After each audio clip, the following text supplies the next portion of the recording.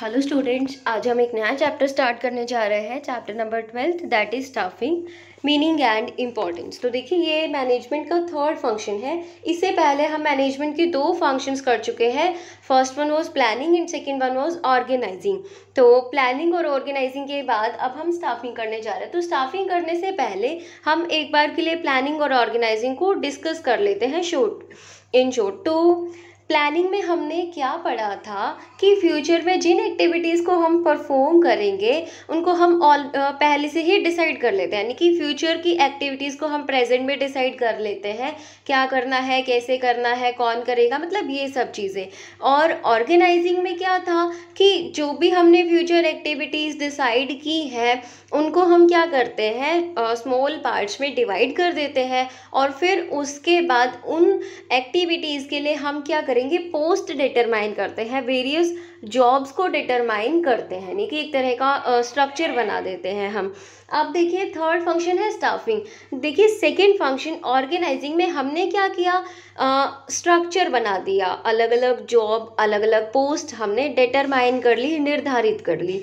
अब जो पोस्ट हमने डिटरमाइन करी, क्या वो मतलब विदाउट फिलिंग द पर्सन्स, क्या वो जो काम है पूरा हो जाएगा? नहीं हो पाएगा। तो उन पोस्ट पर काम करने के लिए हमें किन की ज़रूरत है? ह्यूमन बीइंग्स की ज़रूरत है, मैन पावर की ज़रूरत है। तो जो हमने उन पोस्ट पर ह्यूमन बीइंग्स को फिलअप करना है वो हम किस फंक्शन के अंडर करते हैं? Third function of management, that is staffing.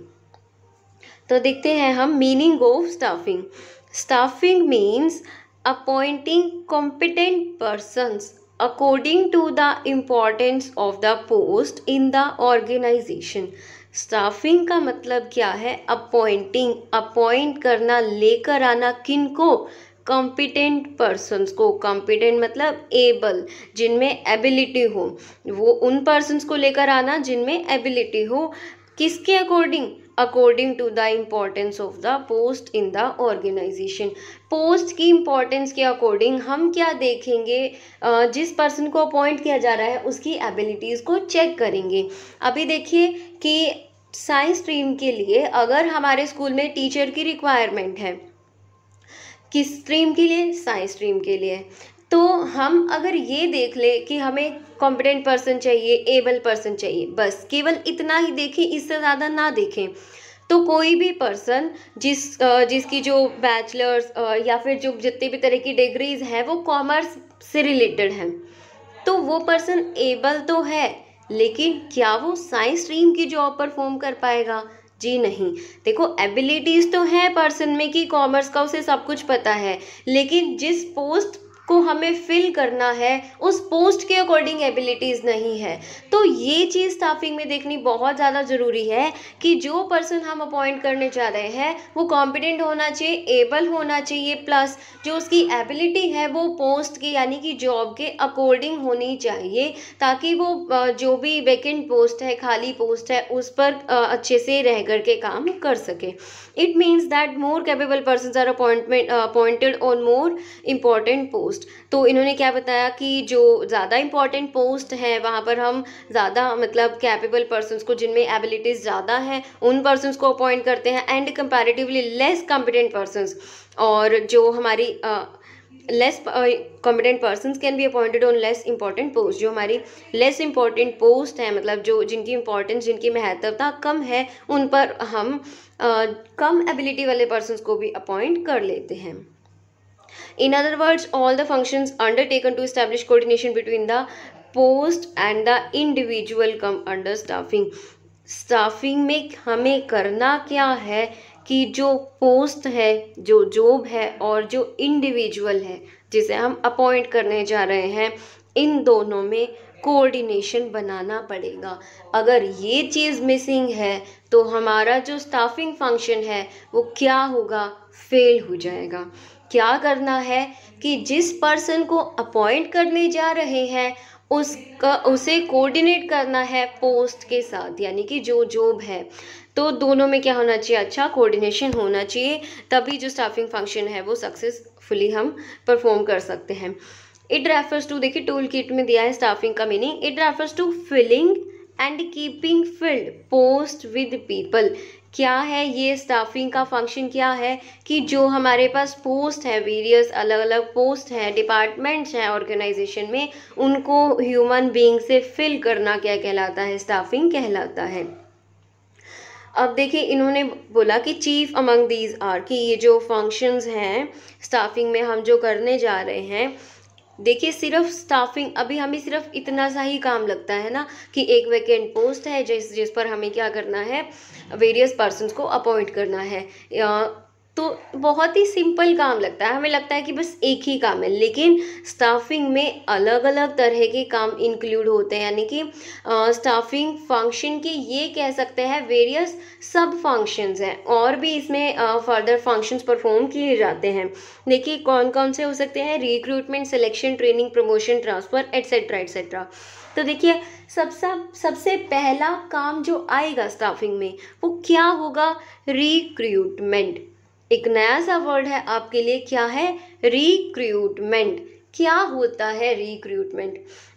देखिए हमारी ऑर्गेनाइजेशन में कोई पोस्ट वैकेंट है, खाली है, कोई जॉब खाली है, जिस पर काम करने के लिए हमें क्या चाहिए? किसी पर्सन की ज़रूरत है हमें। तो देखिए हमें पता है हमारी ऑर्गेनाइजेशन में पोस्ट वैकेंट है, लेकिन किसी और को तो नहीं पता। जब हमारी ऑर्गेनाइजेशन के बाहर किसी को पता ही नहीं कि पोस्ट वैकेंट है, तो कैसे कोई पर्सन हमारे पास, हमारी ऑर्गेनाइजेशन में अपना जो भी एप्लीकेशन है वो लेकर के आएगा? नहीं लेकर के आएगा। तो ये कैसे पता लगेगा? हम लोग बताएंगे, यानी कि ऑर्गेनाइजेशन की जो मैनेजर्स होते हैं, पर्सोनल मैनेजर कह ले या कोई भी, तो वो क्या करते हैं कि इनवाइट करते हैं लोगों को थ्रू वेरियस सोर्सेज, एडवर्टाइजिंग के थ्रू, अलग अलग सोर्सेज हैं, अलग अलग साधन हैं जिनके थ्रू लोगों को इनवाइट किया जाता है, पब्लिक को इनवाइट किया जाता है कि वो आकर के हमारी ऑर्गेनाइजेशन में अप्लाई करें। तो ये है हमारा रिक्रूटमेंट। अब देखिए इसके बाद क्या होगा? इसके बाद सिलेक्शन आएगा। अब जब हमने लोगों को इनवाइट किया through advertisement and all this, तो क्या होगा कि बहुत सारे लोग अपनी एप्लीकेशंस लेकर के आएंगे हमारी ऑर्गेनाइजेशन में। तो जितने भी लोग आए एप्लीकेशंस लेकर के, उन सब की तो ज़रूरत नहीं है हमें, उनमें से हमें कुछ की ज़रूरत है। जैसे 10 लोग आए एप्लीकेशंस लेकर, उनमें से हमें एक पर्सन की ज़रूरत है, तो उन 10 में से एक को हम क्या करेंगे? सिलेक्ट करेंगे। किस बेसिस पर? उसकी एबिलिटीज़ के बेसिस पर। यानी कि ये बहुत ही बड़ा प्रोसीजर रहता है अच्छा खासा, कि रिक्रूटमेंट के बाद किस तरह से हम बहुत सारे लोगों में से कुछ लोगों को ही अपने ऑर्गेनाइजेशन में जॉब देंगे। तो वो कुछ लोगों को सिलेक्ट करने का क्या रहेगा? एक प्रोसीजर रहेगा। उनकी एबिलिटीज़ को हम वेरियस मेथड से चेक करते हैं, इंटरव्यूज़ वगैरह होते हैं, रिटन टेस्ट, इस तरह से हम लोग उनकी एबिलिटी को क्या करेंगे? चेक करेंगे। तो ये सिलेक्शन कहलाता है। फिर उसके बाद जो पर्सन सेलेक्ट किया गया है उसे ट्रेनिंग दी जाएगी, और फिर टाइम पर अगर वो अच्छा परफॉर्मेंस कर रहा है तो उसे प्रमोशन भी दी जा सकती है और ट्रांसफ़र वगैरह भी हो सकती है। तो ये जितने भी काम हैं सारे के सारे स्टाफिंग के अंडर ही आएंगे। अब इसके बाद है डेफिनेशंस ऑफ स्टाफिंग। 2 डेफिनेशंस दी हैं, आप अपने अकॉर्डिंग कोई भी एक डेफिनेशन कर लेना जो आपको इजी लगे। अब next is characteristics of staffing. Staffing के फीचर्स बताए हैं। सबसे पहला बताया है रिलेटेड टू ह्यूमन बींग्स, की जो स्टाफिंग है वो किससे रिलेटेड है? ह्यूमन बींग से रिलेटेड है, क्योंकि जो वैकेंट पोस्ट है उन पर हमने किनको उन्हें हमने जो फिल करना है वो किससे फिल करना है? ह्यूमन बींग से फिल करना है। The first important characteristic of staffing is it's relationship with human beings. इसका जो स्टाफिंग का जो रिलेशनशिप है वो किससे है? ह्यूमन बींग से है। It means that unlike planning and organizing, it is not mere paperwork but involves the appointment of competent persons on various posts. तो इन्होंने क्या बताया कि प्लानिंग और ऑर्गेनाइजिंग की तरह स्टाफिंग में केवल पेपर वर्क ही नहीं होता, इसमें हम क्या करते हैं? कॉम्पिटेंट यानी कि एबल पर्सन्स को अपॉइंट करते हैं अलग अलग पोस्ट पर। All the activities done to accomplish this work are connected with human beings, they may be recruitment, selection, training, promotion etcetera. तो ये सब जो एक्टिविटीज़ हैं जो हम अपने काम को पूरा करने के लिए करने जा रहे हैं, ये किससे रिलेटेड है? ह्यूमन बींग से रिलेटेड है। और ये एक्टिविटीज़ कौन कौन सी हो सकती हैं? रिक्रूटमेंट हो सकता है, सिलेक्शन हो सकता है, ट्रेनिंग, प्रमोशन कुछ भी हो सकता है। Next is separate managerial function. The second important characteristic of staffing is that it is a separate managerial function. पता है हमें, फर्स्टली हमने डिस्कस यही किया था कि जो हमारा स्टाफिंग है वो क्या है, मैनेजमेंट का एक अलग फंक्शन है, थर्ड फंक्शन ऑफ मैनेजमेंट है। वही इन्होंने बताया कि मैनेजमेंट का ये थर्ड फंक्शन है, सेपरेट यानी कि एक अलग फंक्शन है। Separate managerial function means that far from being a major part of some function, it is in itself a major function। यानी कि इन्होंने क्या बोला कि अदर फंक्शंस जो है मैनेजमेंट के, उनके साथ साथ जो स्टाफिंग है वो एक मेजर फंक्शन, एक बड़ा फंक्शन है और बहुत ही इंपॉर्टेंट फंक्शन है। Essential at all managerial levels. अब देखिए स्टाफिंग की ज़रूरत हमें किस लेवल पर पड़ती है, मैनेजमेंट की किस लेवल पर हमें स्टाफिंग की ज़रूरत पड़ती है। हर लेवल पर, टॉप लेवल हो, मिडिल लेवल हो, लोअर लेवल हो, हर लेवल पर हमें स्टाफिंग की ज़रूरत पड़ती है, क्योंकि हर एक पोस्ट पर काम करने के लिए हमें मैन पावर चाहिए, ह्यूमन बींग्स चाहिए। Staffing is essential at all managerial level. It must be clarified here that the establishment of separate personnel department does not free the connected managers from this all important function. देखो क्या बोला इन्होंने, it must be clarified here. यहाँ पर ये clear कर दिया जाता है कि पर्सोनल डिपार्टमेंट को अलग से, सेपरेटली अलग से इस्टेब्लिश कर देने से, पर्सोनल डिपार्टमेंट को अलग से बना देने से इसका मतलब ये नहीं है कि जो अदर मैनेजर्स हैं वो फ्री हो जाएंगे इस इम्पॉर्टेंट फंक्शन से, ऐसा नहीं है। The aim of establishing this department is to assist the managers at every level. कि जो पर्सोनल डिपार्टमेंट हमने बनाया है, जिन बच्चों को पर्सोनल का मतलब नहीं पता है, पर्सोनल जो है वर्ड वो किससे रिलेटेड है, ह्यूमन बीइंग से रिलेटेड है, हमारे जो ऑर्गेनाइजेशन में एम्प्लॉयज़ काम कर रहे हैं उनसे रिलेटेड है। तो एक अलग डिपार्टमेंट बना दिया जाता है, पर्सोनल डिपार्टमेंट, जो कि क्या करेगा, हमारे ऑर्गेनाइजेशन में काम कर रहे एम्प्लॉयज़ के से रिलेटेड जितने भी काम हैं उन्हें देखेगा। और पर्सोनल डिपार्टमेंट का जो मैनेजर होगा वो कौन होगा, पर्सोनल मैनेजर होगा। तो इन्होंने क्या बोला कि पर्सोनल डिपार्टमेंट को बना देने से जो अदर मैनेजर्स हैं वो इस इम्पोर्टेंट फंक्शन से, इस महत्वपूर्ण कार्य से छुटकारा नहीं पा सकते। The aim of establishing this department, जो पर्सोनल डिपार्टमेंट हमने बनाया है इसका एम क्या है, टू असिस्ट द मैनेजर्स। जो मैनेजर्स हैं, अदर मैनेजर्स हैं, हर लेवल पर जो मैनेजर्स हैं उनको असिस्ट करना, उनको हेल्प करना in the performance of their function of staffing. कि जो अदर लेवल पर जो मैनेजर्स हैं, हर लेवल पर यानी कि जो मैनेजर्स हैं, जब वो स्टाफिंग का काम करेंगे तो पर्सोनल मैनेजर या पर्सोनल डिपार्टमेंट उन्हें हेल्प करेगा, उन्हें एडवाइस करेगा, उन्हें गाइड करेगा। लेकिन पर्सोनल डिपार्टमेंट रिक्रूटमेंट सिलेक्शन यानी कि अपॉइंटमेंट का सारा प्रोसीजर करके नहीं देगा। रिलेटेड टू सोशल रिस्पॉन्सिबिलिटी, की जो स्टाफिंग है वो किससे रिलेटेड है, सोशल रिस्पॉन्सिबिलिटी से रिलेटेड है। क्योंकि स्टाफिंग में हम क्या कर रहे हैं, ह्यूमन बींग्स को अपॉइंट कर रहे हैं, तो हमें उनके मतलब जो भी एम्प्लॉयज़ हमारी ऑर्गेनाइजेशन में काम करने आ रहे हैं हमें उनका अच्छे से ध्यान रखना है, किसी भी तरह से वो यानी कि उन्हें हार्म नहीं हो, वो सेटिस्फाई रहें। Staffing deals with human beings and man is a social animal. Staffing किससे डील करता है, ह्यूमन बींग से डील करता है। ह्यूमन बींग क्या है, सोशल एनिमल है जो सोसाइटी में रहते हैं।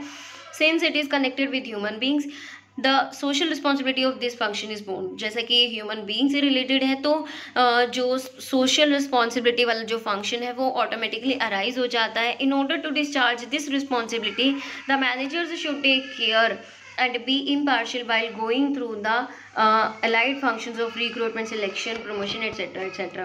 तो इन्होंने क्या बोला कि जब इस रिस्पॉन्सिबिलिटी को डिस्चार्ज करना है तो मैनेजर्स को क्या ध्यान में रखना है कि जो मैनेजर्स हैं वो क्या होने चाहिए, इम्पार्शियल होने चाहिए जब रिक्रूटमेंट कर रहे हैं, सिलेक्शन कर रहे हैं या प्रमोशन कर रहे हैं।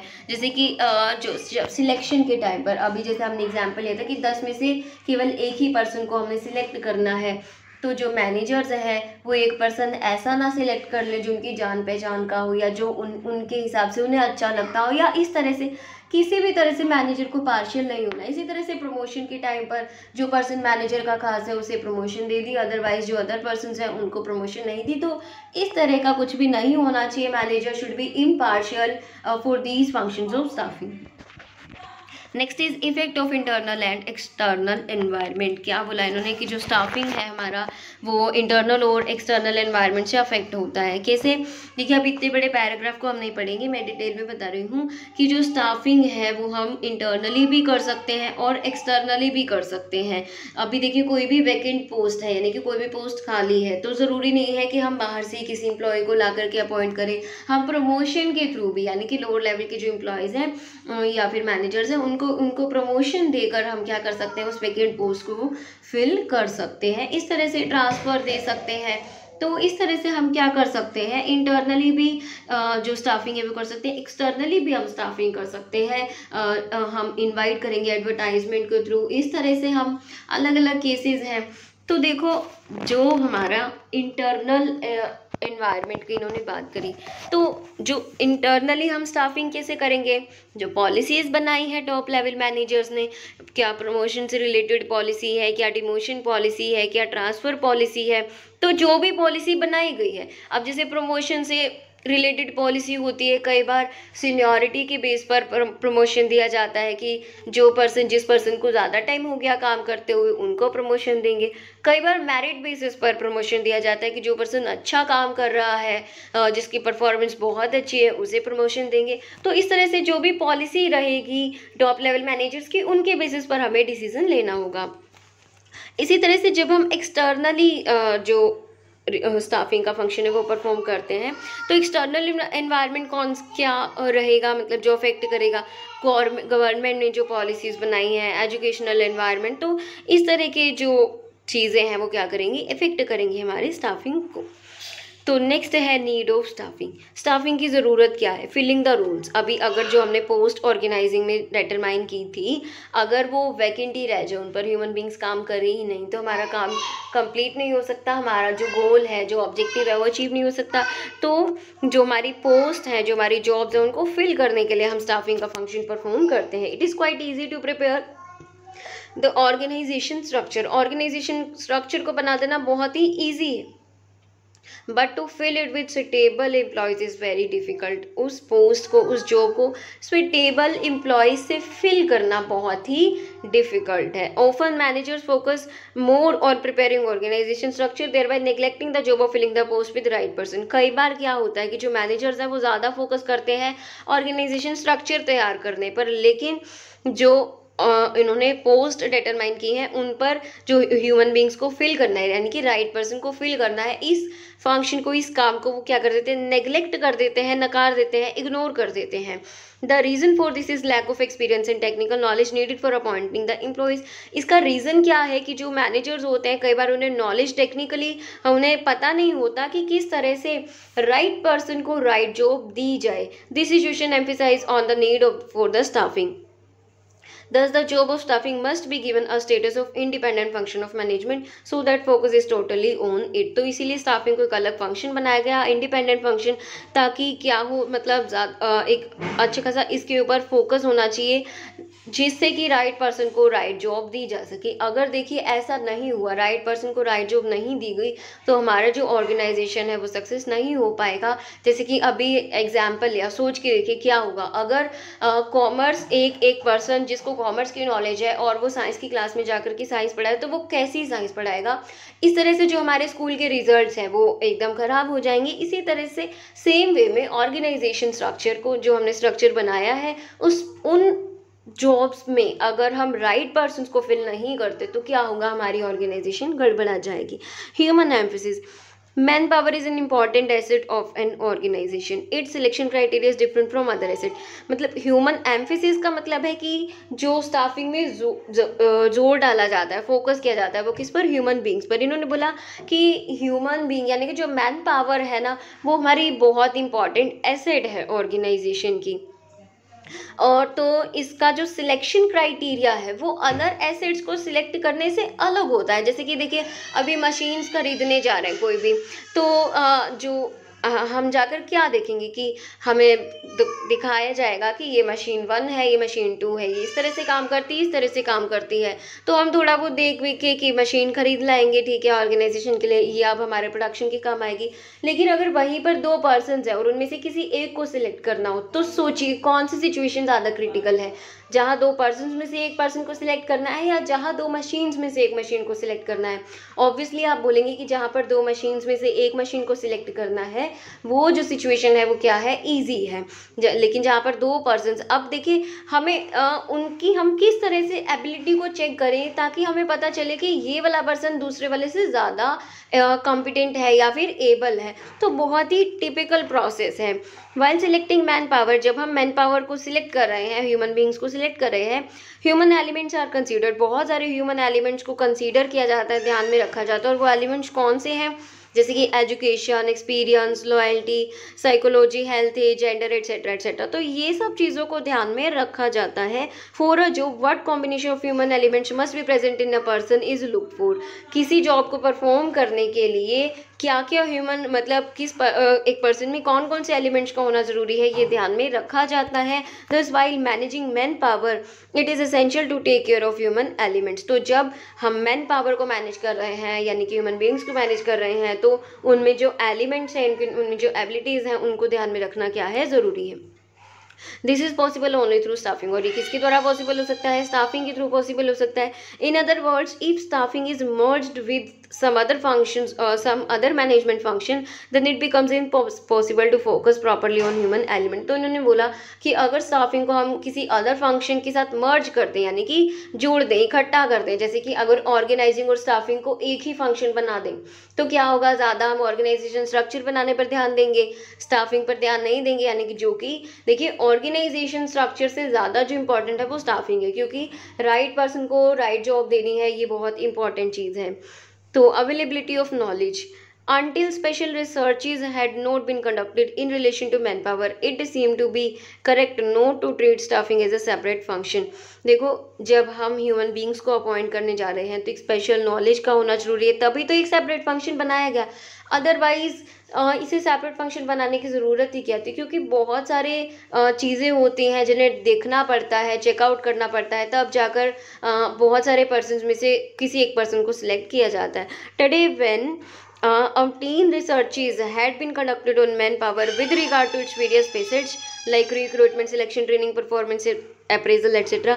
many new techniques have been developed। क्या बोला इन्होंने, आज के टाइम पर when umpteen researches had been conducted, जहाँ पर मैन पावर पर बहुत सारी रिसर्चेज कंडक्ट की जा चुकी हैं with regard to its various facets, इसके जो अलग अलग फेसेस हैं, अलग अलग जो इसके साइड्स हैं, उन पर उनसे रिलेटेड बहुत सारी रिसर्चेज कंडक्ट की जा चुकी हैं, जैसे रिक्रूटमेंट पर, सिलेक्शन पर, ट्रेनिंग पर, परफॉर्मेंस अप्रेजल पर।